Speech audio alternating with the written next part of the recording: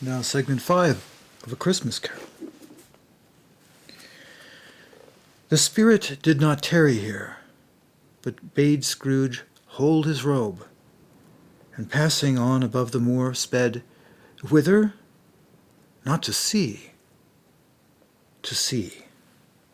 To Scrooge's horror, looking back, he saw the last of the land, a frightful range of rocks behind them, and his ears were deafened by the thundering of water as it rolled and roared and raged among the dreadful caverns it had worn and fiercely tried to undermine the earth.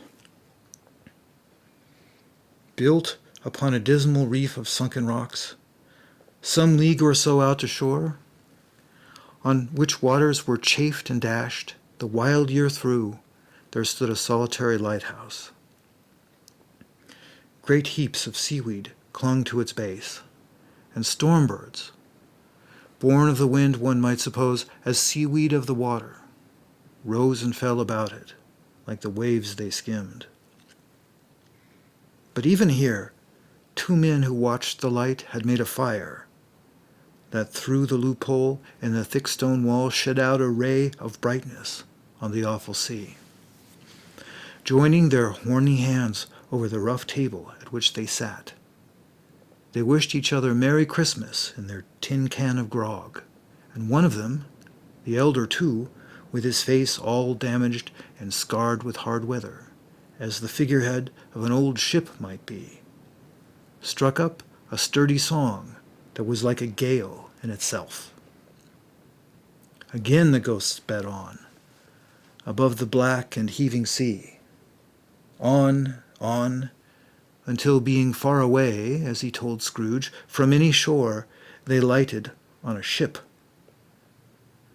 They stood beside the helmsman at the wheel, the lookout in the bow, the officers who had the watch, dark, ghostly figures in their several stations, but every man among them hummed a Christmas tune, or had a Christmas thought, or spoke below his breath to his companion of some bygone day, with homeward hopes belonging to it.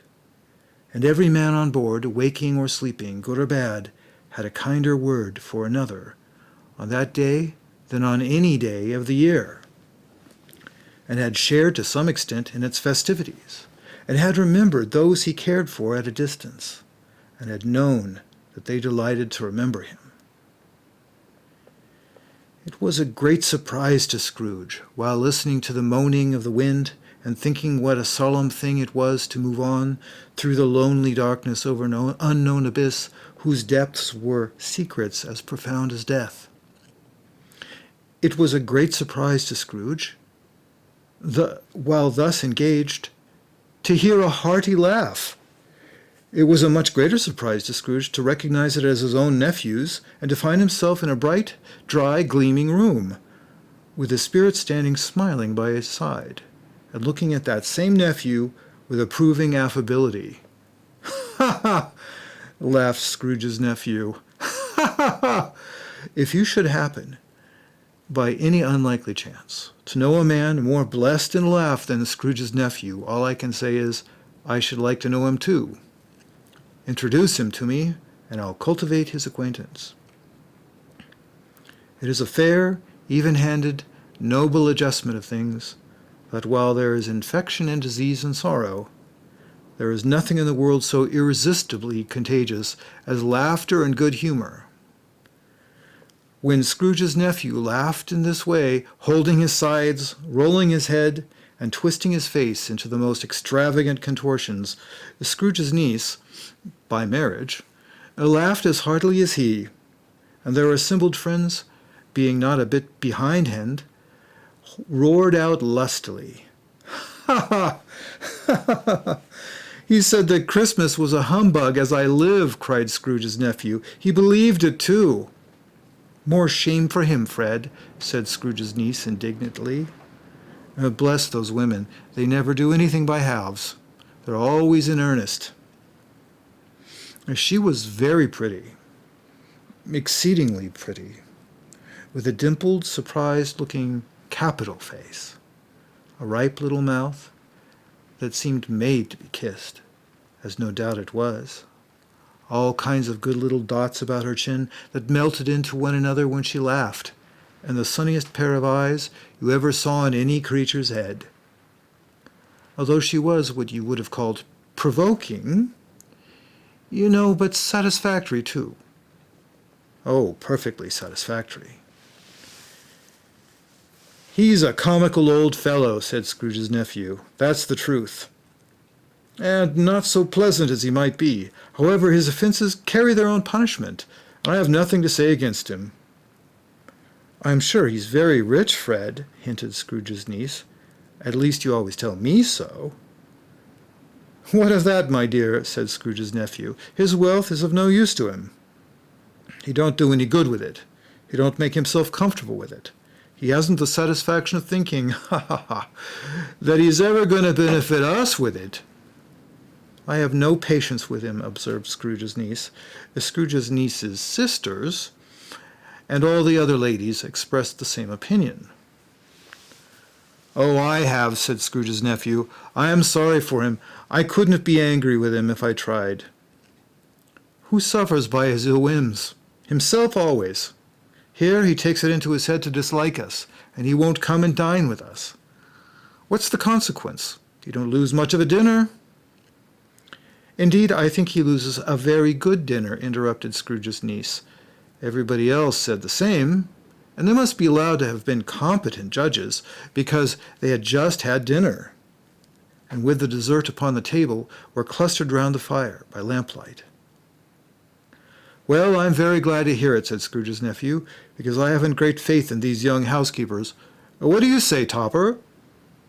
Topper had clearly got his eye on one of Scrooge's niece's sisters, for he answered that a bachelor was a wretched outcast, who had no right to express an opinion on the subject. Whereat Scrooge's niece's sister, the plump one with the lace tucker, not the one with the roses, blushed. "Do go on, Fred," said Scrooge's niece, clapping her hands. "He never finishes what he begins to say. He's such a ridiculous fellow." Scrooge's nephew revelled in another laugh, and it was impossible to keep the infection off, though the plump sister tried hard to do it with aromatic vinegar. His example was unanimously followed. "Now, I was only going to say," said Scrooge's nephew, "that the consequence of his taking a dislike to us and not making merry with us is, as I think, that he loses some pleasant moments, which could do him no harm. I am sure he loses pleasanter companions than he can find in his own thoughts, either in his mouldy old office or his dusty chambers. I mean to give him the same chance every year, whether he likes it or not, for I pity him. He may rail at Christmas till he dies, but he can't help thinking better of it if I defy him. If he finds me going there in good temper year after year and saying, 'Uncle Scrooge, how are you?' if it only puts him in the vein to leave his poor clerk £50, that's something. And I think I shook him yesterday." It was their turn to laugh now at the notion of his shaking Scrooge. But being thoroughly good-natured, and not much caring what they laughed at, so long as they laughed at any rate, he encouraged them in their merriment, and passed the bottle joyously. After tea, they had some music, for they were a musical family, and knew what they were about. When they sung a glee or catch, I can assure you, especially Topper, who could growl away in bass like a good one, and never swell the large veins in his forehead, or get red in the face over it. Scrooge's niece played well upon the harp, and played among other tunes a simple little air. A mere nothing, you might learn to whistle it in 2 minutes, which had been familiar to the child who fetched Scrooge from the boarding school, as he had been reminded by the ghost of Christmas past. And when this strain of music sounded, all the things the ghost had shown him came upon his mind. He suffered more and more, and thought that if he could have had listened to it often years ago, he might have cultivated the kindnesses of life for his own happiness with his own hands, without resorting to the sexton's spade that buried Jacob Marley. But they didn't devote the whole evening to music. After a while they played at forfeits, For it is good to be children sometimes, and never better than at Christmas, when its mighty founder was a child himself. Stop! There was first a game at Blindman's Bluff. Of course there was. And I no more believe Topper was really blind than I believe he had eyes in his boots.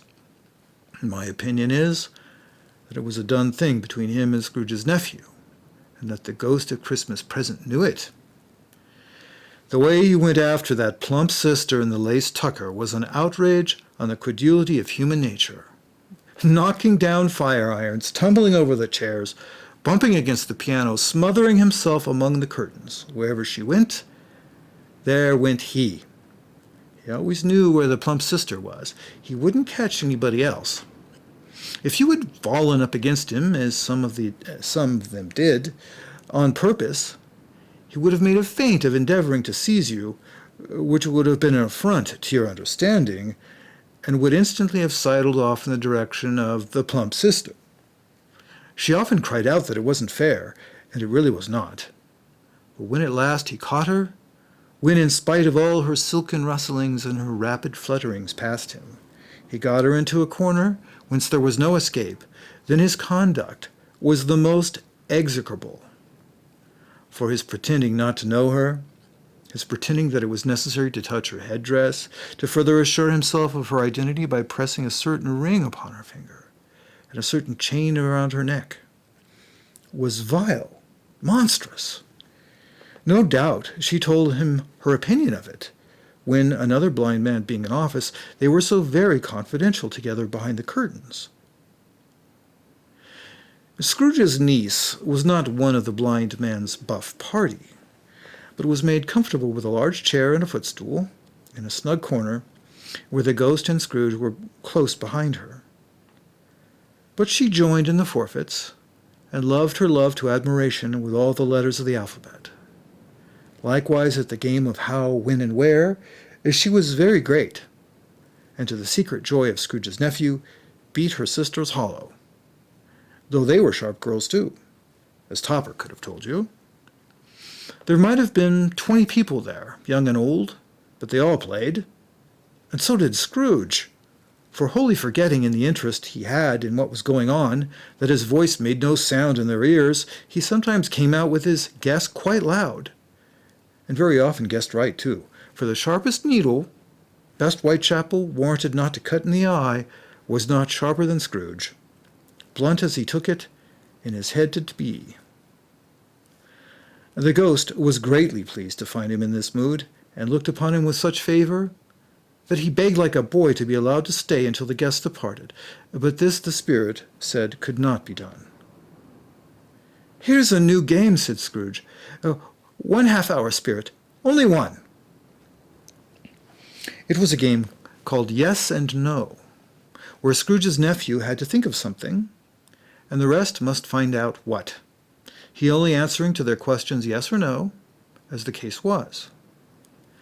The brisk fire of questioning to which he was exposed elicited from him that the thinking of an animal, a live animal, rather a disagreeable animal, a savage animal, an animal that growled and gruntled sometimes, and talked sometimes, and lived in London, and walked about the streets, and wasn't made a show of, and wasn't led by anybody, and didn't live in a menagerie, and was never killed in a market, and was not a horse, an ass, or a cow, or bull, or a tiger, or a dog, or a pig, or a cat, or a bear. At every fresh question that was put to him, his nephew burst into a fresh roar of laughter, and was so inexpressibly tickled that he was obliged to get up off the sofa and stamp. At the last, plump sister, falling into a similar state, cried out, "I have found out! I know what it is, Fred! I know what it is!" "What is it?" cried Fred. "It's your Uncle Scrooge!" Which it certainly was. Admiration was the universal sentiment, though some objected that the reply to "Is it a bear?" ought to have been yes, inasmuch as an answer in the negative was sufficient to have diverted their thoughts from Mr. Scrooge, supposing that they had ever had any tendency that way.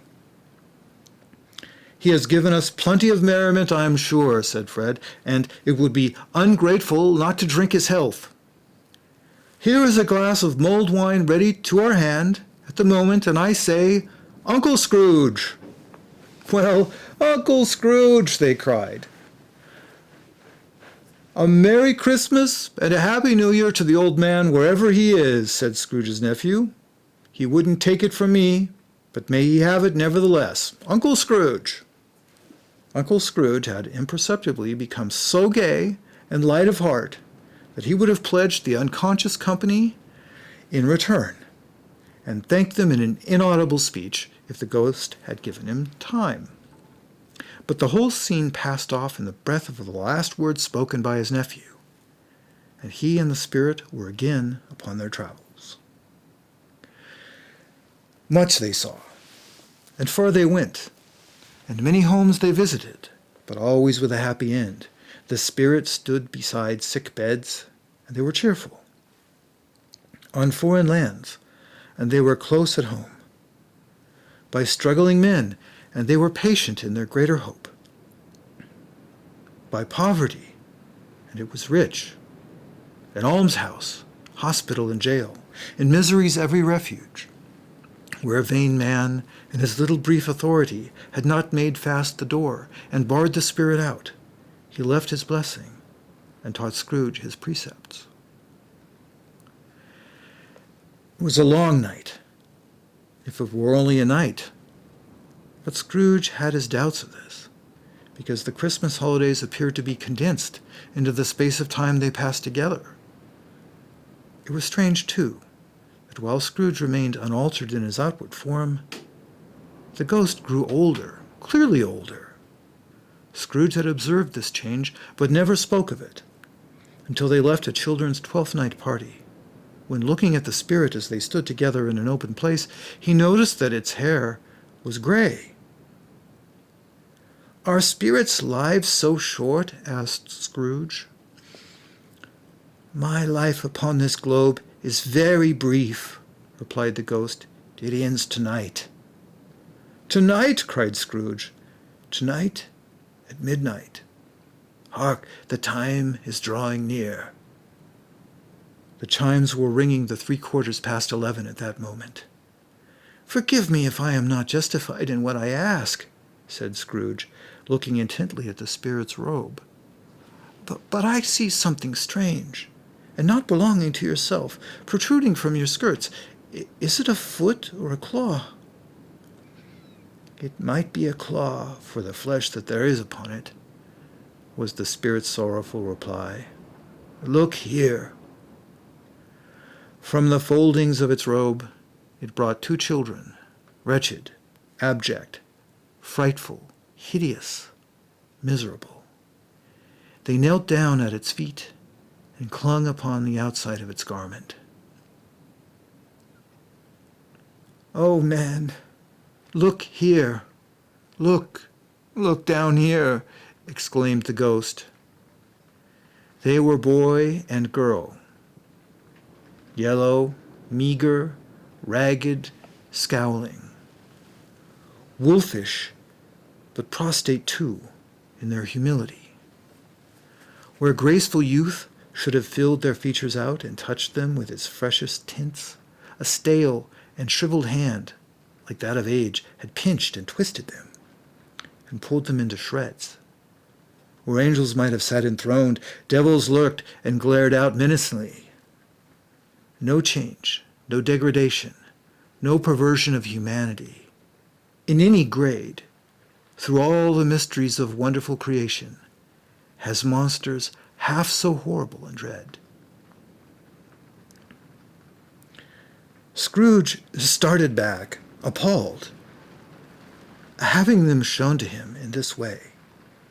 He tried to say they were fine children, but the words choked themselves, rather than be parties to a lie of such enormous magnitude.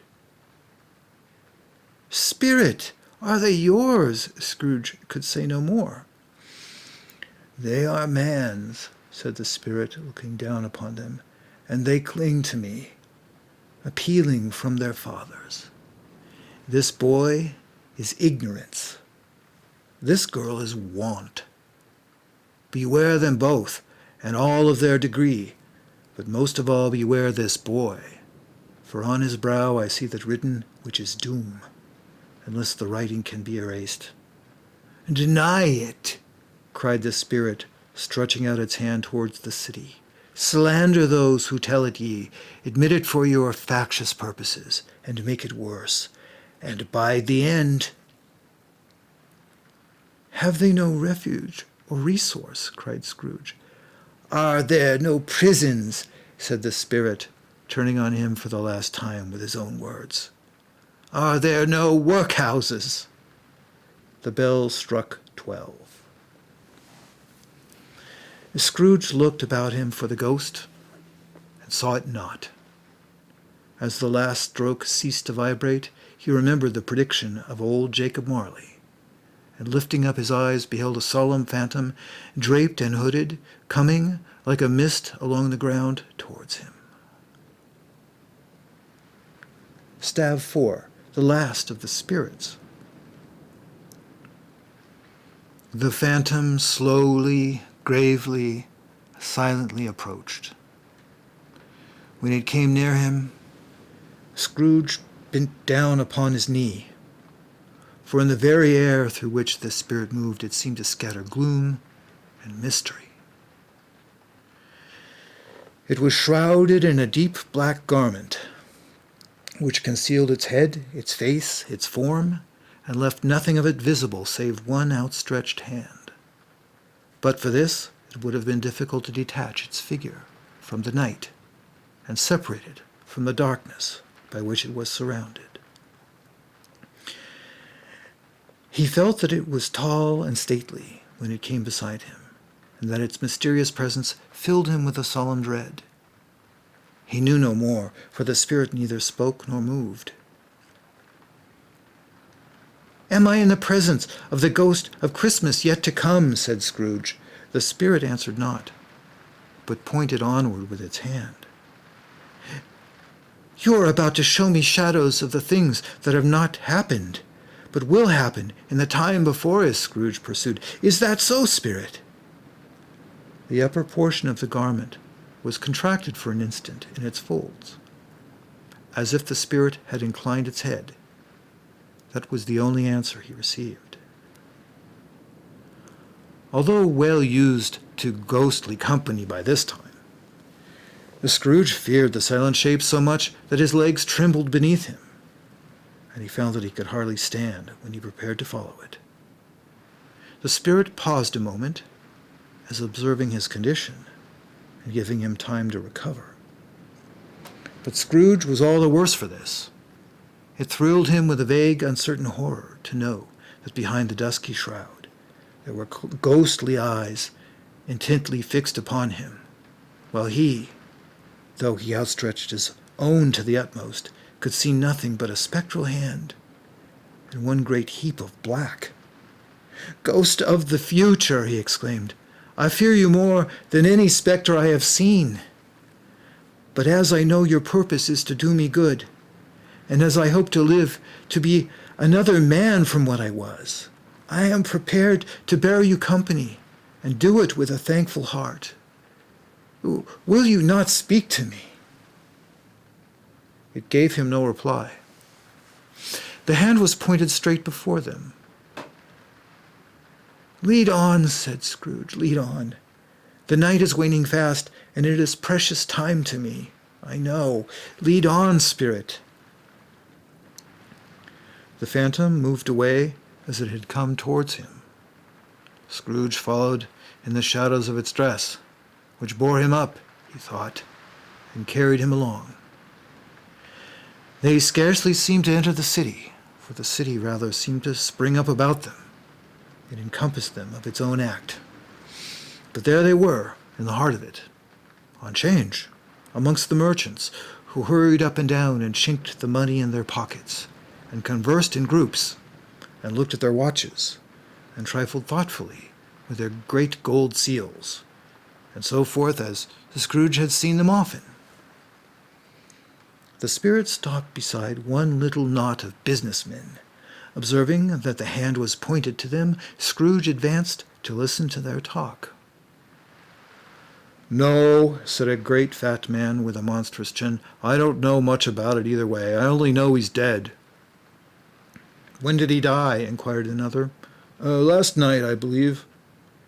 "Why, what was the matter with him?" asked a third, taking a vast quantity of snuff out of a very large snuff-box. "I thought he'd never die." "God knows," said the first with a yawn. "What has he done with his money?" asked a red-faced gentleman with a pendulous excrescence on the end of his nose that shook like the gills of a turkey-cock. "I haven't heard," said the man with the large chin, yawning again. "Left it to his company, perhaps. He hasn't left it to me, that's all I know." This pleasantry was received with a general laugh. "It's likely to be a very cheap funeral," said the same speaker, "for upon my life, I don't know of anybody to go to it." Suppose we make up a party and volunteer?" "I don't mind going if lunch is provided," observed the gentleman with the excrescence on his nose, "but I must be fed, if I make one." Another laugh. "Well, I am the most disinterested among you, after all," said the first speaker, "for I never wear black gloves and I never eat lunch. But I'll offer to go if anyone else will. When I come to think of it, I'm not at all sure that I wasn't his most particular friend, for we used to stop and speak whenever we met. Bye-bye." Listeners and speakers strolled away and mixed with other groups.